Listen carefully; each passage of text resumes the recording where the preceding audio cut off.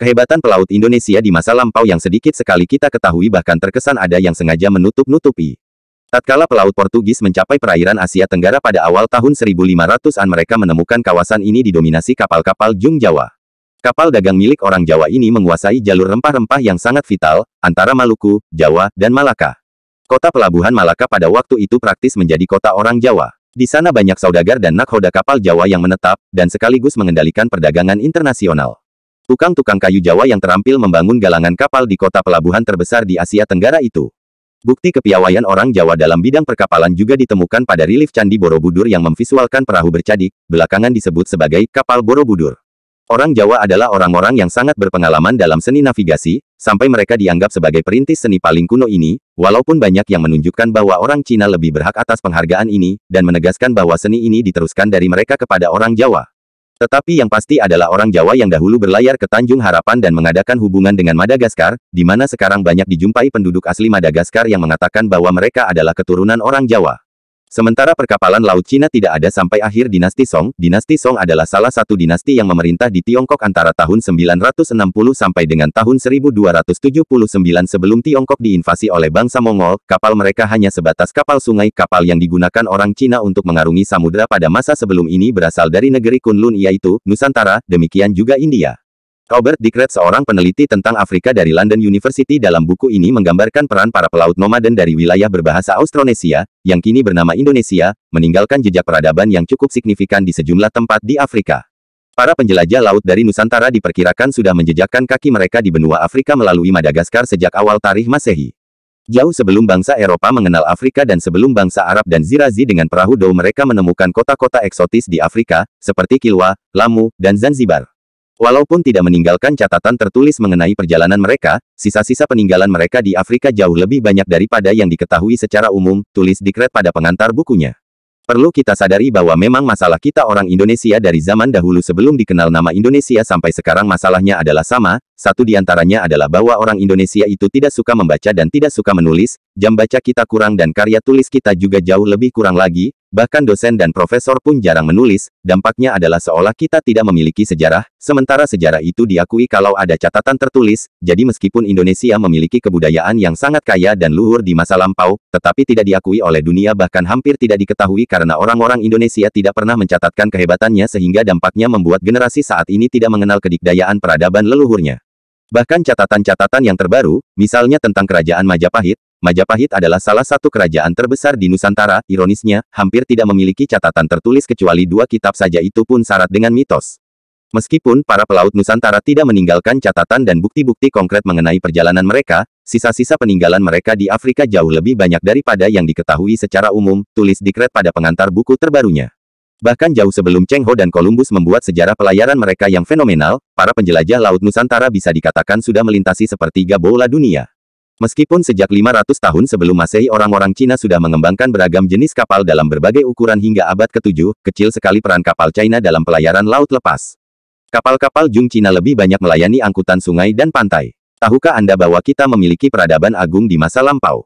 Bagi yang pernah mengenyam pendidikan bangku sekolah tentunya dan pastinya pernah menemukan bahwa di pelajaran sejarah itu dikatakan bahwa orang Indonesia memasuki zaman sejarah di era kerajaan Kutai, yaitu ketika adanya hubungan dagang antara India dan Cina melalui Selat Malaka sehingga di situ bermunculan kerajaan-kerajaan bermotif Hinduisme.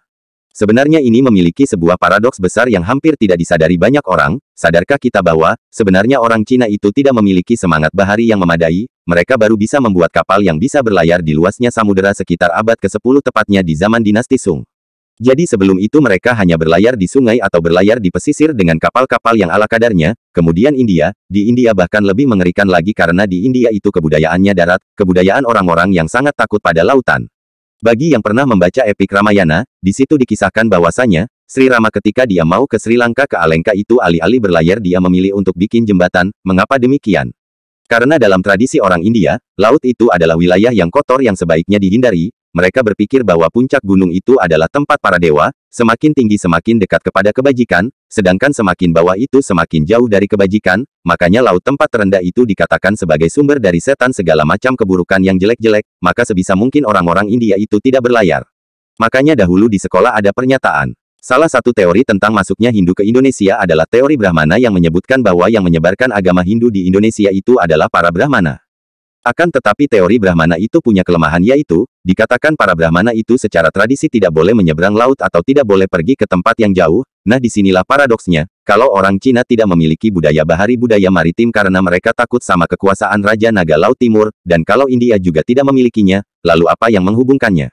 Jarang sekali mempertanyakan hal ini. Para guru sejarah pun jarang sekali bahkan tidak pernah membahas hal ini. Inilah paradoksnya, hal inilah yang menjadi celah besar tentang betapa terpuruknya sejarah Indonesia. Orang-orang Indonesia sendiri tidak mau melihat bagaimana keagungan sejarah di masa lampau.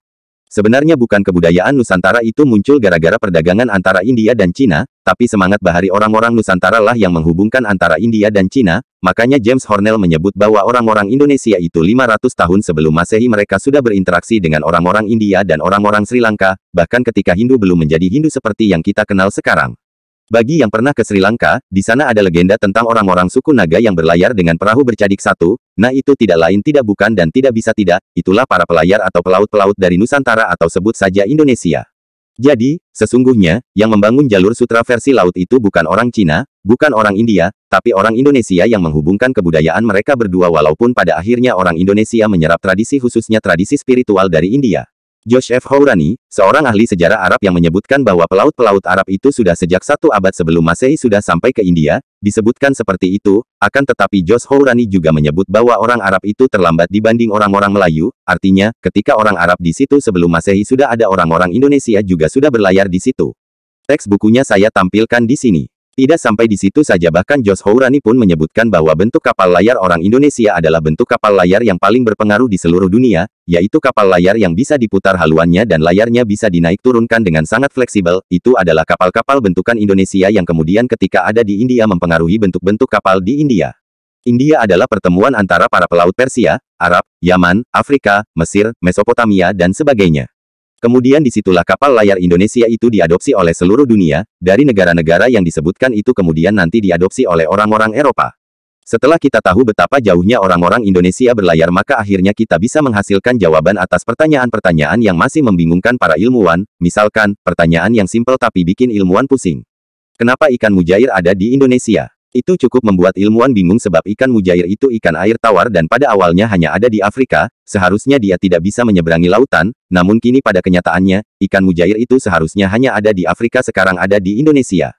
Nah, jika kita sepakat bahwa Indonesia memang sudah pernah berlayar ke sana, maka ikan mujair yang ada di Indonesia sudah tidak lagi menjadi misteri demikian pun dengan penelitian Robert Dick yang menyebut bahwa ubi jalar dan jagung serta beberapa tanaman lain itu sebenarnya disebarkan ke seluruh dunia oleh orang-orang Indonesia khususnya pelaut-pelaut Indonesia. Kemudian ada sebuah catatan di Mesir 2000 tahun sebelum Masehi, walaupun saya masih meragukan, 2000 tahun sebelum Masehi ada sebuah catatan bahwa orang-orang Mesir kuno mendapatkan beberapa komoditas dan rempah-rempah diantaranya adalah cengkeh, cendana, emas dan sebagainya, didapat dari sebuah negeri yang masih tidak diketahui negeri apa itu, sampai Josh Bush menemukan bahwa di Mesopotamia ada sebuah kendi kuno yang di dalamnya ada fosil cengkeh itu adalah tanaman khas Indonesia, endemik Maluku. Sekarang memang sudah tersebar di mana-mana, tapi di dunia kuno dia hanya ada di Indonesia, artinya kalau di Mesopotamia sudah ada cengkeh maka kemungkinannya hanya ada dua, orang Mesopotamia yang datang ke Indonesia atau orang Indonesia yang datang ke sana. Berhubung orang Mesopotamia juga dikenal tidak memiliki pelayaran bahari yang memadai, tidak memiliki budaya maritim yang memadai, maka dipastikan orang-orang Indonesia lah yang mengekspornya ke sana. Kenapa harus orang Indonesia? Karena kapal bercadik Indonesia itu sudah ditemukan di India 500 tahun sebelum Masehi, yang dengan demikian maka kita bisa simpulkan bahwa orang Indonesia lah yang membawanya ke sana.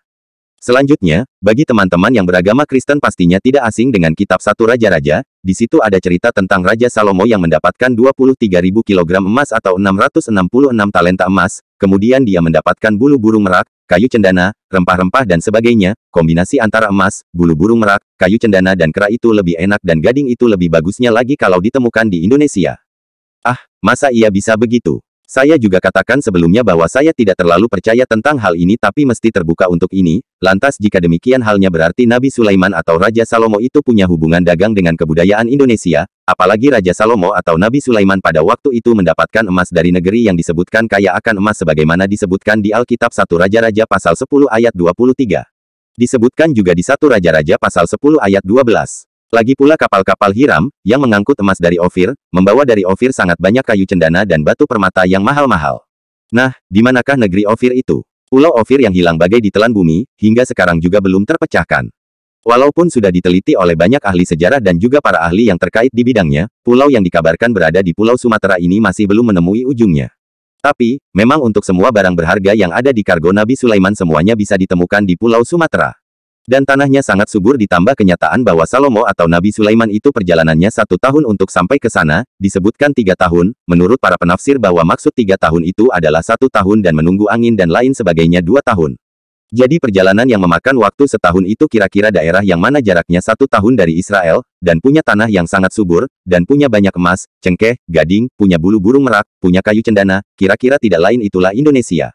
Seorang wancan di Cina menceritakan bahwa orang-orang Jawa sudah terbiasa untuk berlabuh di pelabuhan-pelabuhan Cina. Kapan itu? Di masa dinasti Han, dia menuliskan dalam bukunya dalam catatannya yang diberi judul Hal-hal Aneh dari Selatan. Dia menyebutkan bahwa orang-orang dari selatan itu diberi nama orang-orang Kunlun yang datang ke Cina dengan kapal yang sangat modern sangat canggih, kapal layarnya bisa diputar-putar, kayunya sangat kuat dan lain sebagainya. Orang Cina tetap tidak mau berlayar sampai akhirnya berabad-abad kemudian mereka mengikuti dan kemudian memodifikasi konstruksi kapal yang ternyata diketahui sebagai kapal Jung Jawa. Oliver Walters seorang sejarawan juga menduga bahwa sejak abad ke-5 Masehi orang-orang Cina dan orang-orang India itu ketika berdagang mereka tidak sungguh-sungguh berdagang tetapi mereka menggunakan jasa orang-orang Nusantara, maka dia sebut terindikasi kuat bahwa para pedagangnya itu adalah orang-orang Nusantara. Oliver W. Walters 1967 mencatat bahwa dalam hal hubungan perdagangan melalui laut antara Indonesia dan China, juga antara China dan India Selatan serta Persia, pada abad 5-7, terdapat indikasi bahwa bangsa China hanya mengenal pengiriman barang oleh bangsa Indonesia. Dalam catatan perjalanan keagamaan Ising 671-695 Masehi, dari Kanton ke perguruan Nalada di India Selatan disebutkan bahwa ia menggunakan kapal Kunlun Sriwijaya, yang di masa itu menguasai lalu lintas pelayaran, Laut Selatan. Dikret menjelaskan bahwa sejak awal milenium pertama kapal-kapal Kunlun Sriwijaya sudah ikut terlibat dalam perdagangan di Mediterania. Arus perdagangan, jalur sutra, melalui laut sangat bergantung pada peran pelaut-pelaut Indonesia. Dalam buku Robert Dick awalnya penasaran, begitu tiba di Madagaskar kok bentuk mukanya begini, kemudian begitu diajak ngobrol-ngobrol, Robert Dick menemukan ada banyak kesamaan bahasa yang dia juga temukan di wilayah Nusantara, maka setelah ditelusuri, telusur demi telusur diketahuilah bahwa bukan hanya bahasa Madagaskar yang sama dengan beberapa wilayah di Nusantara tapi hal-hal yang lain juga terdapat kesamaan seperti, alat musik yang semacam kolintang itu di sana juga ternyata ada. Kemudian dia baru sadar ketika melihat rumah, ternyata rumah orang Madagaskar mirip sekali dengan rumah Joglo, dan setelah Robert Dick ngobrol sama warga di situ mereka nanya, tahu enggak Indonesia? Sebagian orang-orang Madagaskar bilang bahwa Indonesia adalah leluhur kami, jadi mereka itu adalah keturunan dari para pelaut di Nusantara yang entah bagaimana memilih tinggal di sana yang sekarang orang-orang Madagaskar sudah campur dengan orang-orang Afrika, tapi orang-orang Afrika itu pendatang, yang pertama datang ke sana itu adalah orang-orang Nusantara. Nah masalahnya adalah sejak kapan? Kemungkinan sejak zaman Sriwijaya, jadi kalau sejak zaman Sriwijaya artinya abad ke-8-an, atau abad ke-9 artinya, orang-orang Indonesia sudah berlalu jauh sampai Madagaskar. Ketika kemudian Robert Dick ini berpikir lagi dan melakukan penelusuran, dia lebih kaget lagi karena pengaruh Jawa, pengaruh Nusantara itu bukan hanya ada di Madagaskar, bukan hanya ada di Afrika, bukan hanya ada di Ghana, yang kemudian diketahui juga tapi hampir di seluruh dunia. Ini agak kontroversial tapi akan saya sebutkan. Robert Dick berani menyebut bahwa ada kemungkinan ada indikasi kuat bahwa pelayaran orang-orang Indonesia sampai ke benua Amerika sampai ke benua baru. Saya agak sangsi dengan pernyataan ini tetapi kemudian kita juga menemukan fakta bahwa Hawaii, pulau di Pasifik itu salah satu teori menyebut bahwa Hawaii itu adalah Jawa I, dan J itu sering disebut H dalam beberapa pengejaan, misalkan, Jo sejadi Hose. Nah, Hawaii itu artinya adalah Jawa kecil, Hawaii itu karena orang-orang Hawaii juga memiliki postur tubuh yang identik dengan orang-orang Jawa. Nah, sampai sejauh itu kita anggap ini adalah cocokologi, tetapi ada sebuah fakta yang tidak terbantahkan, yaitu, Alfonso de Albuquerque. Gambaran tentang kapal Jung Jawa secara spesifik dilaporkan Alfonso de Albuquerque, komandan armada Portugis yang menduduki Malaka pada 1511. Orang Portugis mengenali Jawa sebagai asal-usul kapal-kapal Jung terbesar. Kapal jenis ini digunakan Angkatan Laut Kerajaan Jawa, Demak untuk menyerang armada Portugis. Alfonso de Albuquerque melakukan pelayaran dan kemudian menaklukkan Malaka pada tahun 1511. Alfonso de Albuquerque itu dikenal luas oleh guru sejarah Indonesia tetapi sedikit sekali yang pernah mengetahui bahwa dia pernah menulis surat pada rajanya, yaitu Raja Immanuel. Berikut isi suratnya. Saya telah menaklukkan Malaka, bla bla bla, dan saya sudah bertemu dengan para pelayar Jawa, bla bla bla. Kemudian, menurut pengakuan Alfonso de Albuquerque, bahwa saya menemukan peta dari orang-orang Jawa bahwa Portugal itu sudah ada di peta Jawa, selain Portugal, juga Tanjung Harapan, Cina, Jepang, itu sudah ada di peta Jawa. Lebih mencengangkan lagi, laporannya di situ disebutkan Brazil, bahkan Brazil pun sudah tertera di peta Jawa. Robert Dick menyebutkan seperti itu. Meskipun Alfonso tidak terkejut, tetapi pelaut-pelaut Portugis awalnya ketika dia sampai ke Tanjung Harapan Afrika Selatan, mereka terkejut karena mereka menemukan banyak sekali orang-orang berkulit coklat. Ketika ditanya kamu orang mana, mereka menjawab, kami orang Jawa. Ketika pelaut-pelaut Portugis itu sampai ke Indonesia, mereka pun baru tersadar bahwa memang benar, kapal-kapal seperti itulah Jung Jawa yang pernah mereka temukan di Tanjung Harapan Afrika Selatan. Di Tanjung Harapan Nun jauh di sana itu menemukan beberapa kapal seperti itu, rupanya kapal dari Jawa. Mereka tak tahu Jawa itu apa, tapi begitu sampai ke Malaka rupanya banyak kapal-kapal bentuknya seperti itu di sini. Jawa yang dimaksud bukan benar-benar Pulau Jawa, kadang-kadang Kalimantan bagian selatan juga disebutnya Jawa.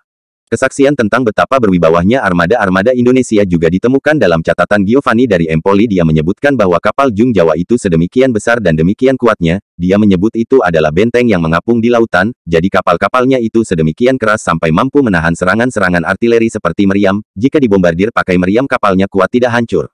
Kapal ini jauh lebih besar dari kapal terbesar yang dimiliki oleh Portugis, kira-kira sekitar 3 kali lipat lebih besar, bobotnya kisaran 1000 sampai 2000 ton, ini adalah kapal yang paling besar di zamannya. Giovanni juga menyebutkan bahwa kekaisaran Cina itu mengizinkan semua kapal untuk berlabuh di pelabuhan-pelabuhannya kecuali kapal Jung Jawa, karena kapal ini sedemikian besar, demikian kuat, kalau kapal ini berlabuh dikhawatirkan bisa menaklukkan sebuah kota, bahkan satu kapal Jung Jawa bisa menghabisi 20 kapal Jung Cina sekaligus.